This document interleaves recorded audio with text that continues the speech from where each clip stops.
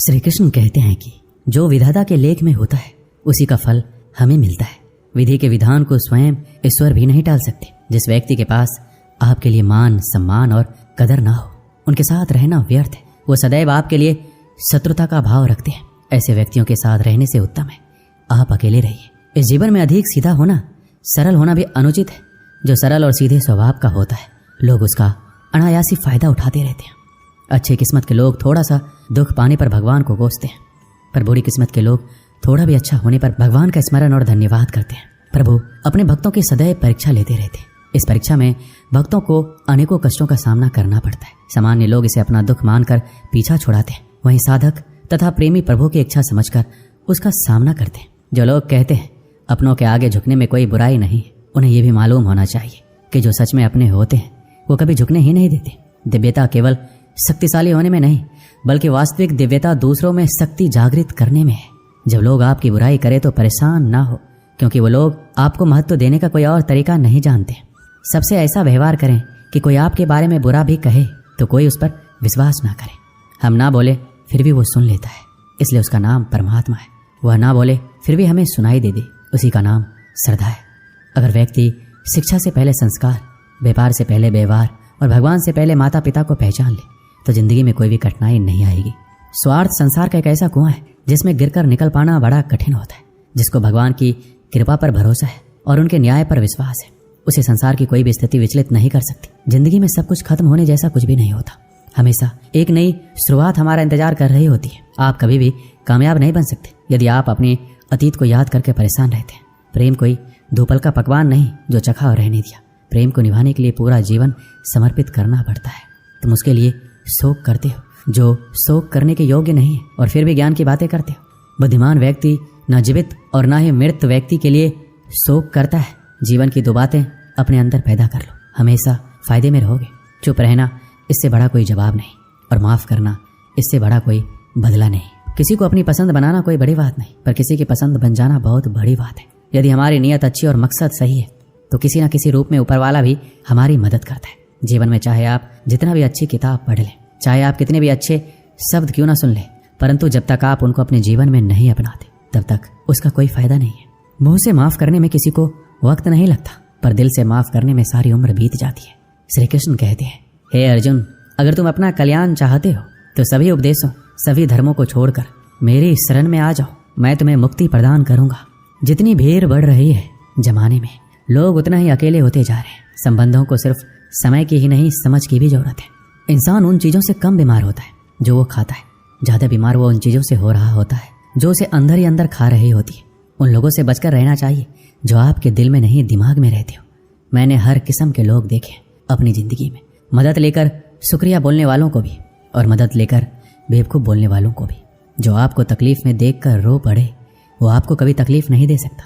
एक बात हमेशा याद रखना कि जो इंसान दूसरों की बातें तुम्हें बताता है वो तुम्हारी बातें भी दूसरों को बताता होगा। प्रेम और मौत में यही समानता है। ना तो ये उम्र देखती है, ना वक्त, ना जगह।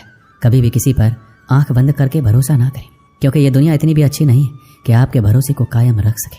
नीयत साफ और मकसद सही हो तो यकीनन किसी न किसी रूप में ईश्वर आपकी मदद जरूर करते हैं।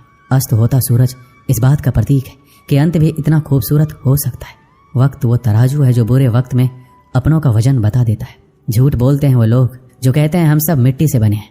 मैं कई सपनों से वाकिफ हूँ जो पत्थर के बने हैं।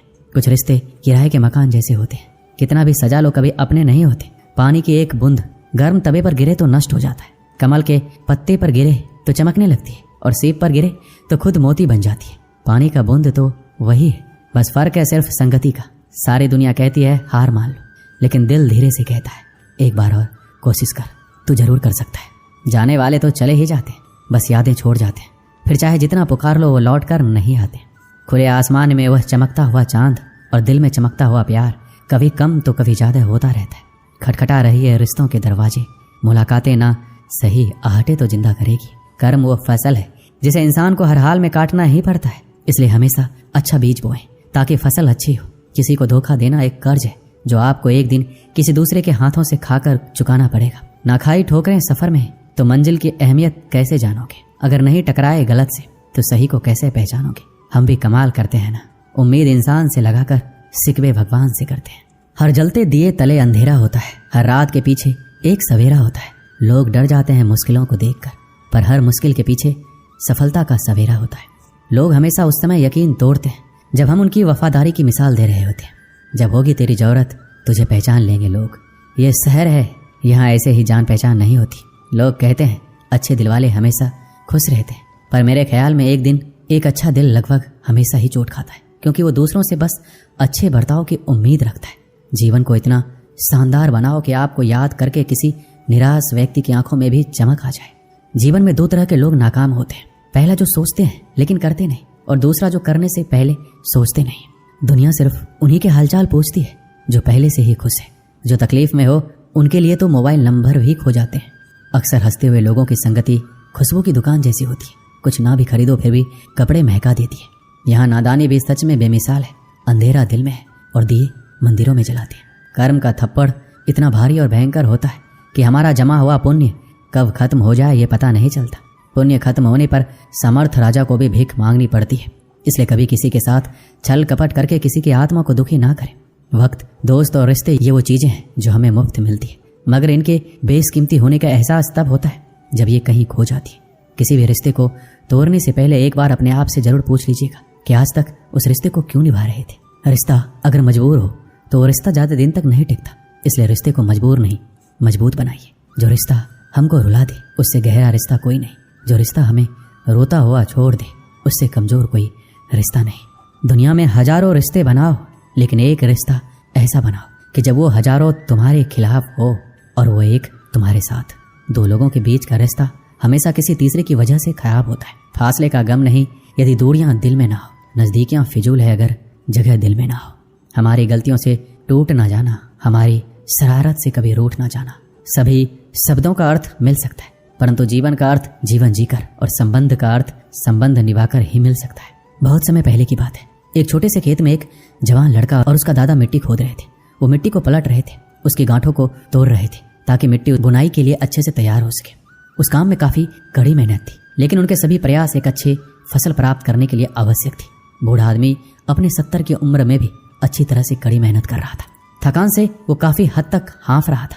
हर प्रकार के जोर से उसके माथे से पसीना टपकता था, लेकिन फिर भी वह शिकायत नहीं कर रहा था।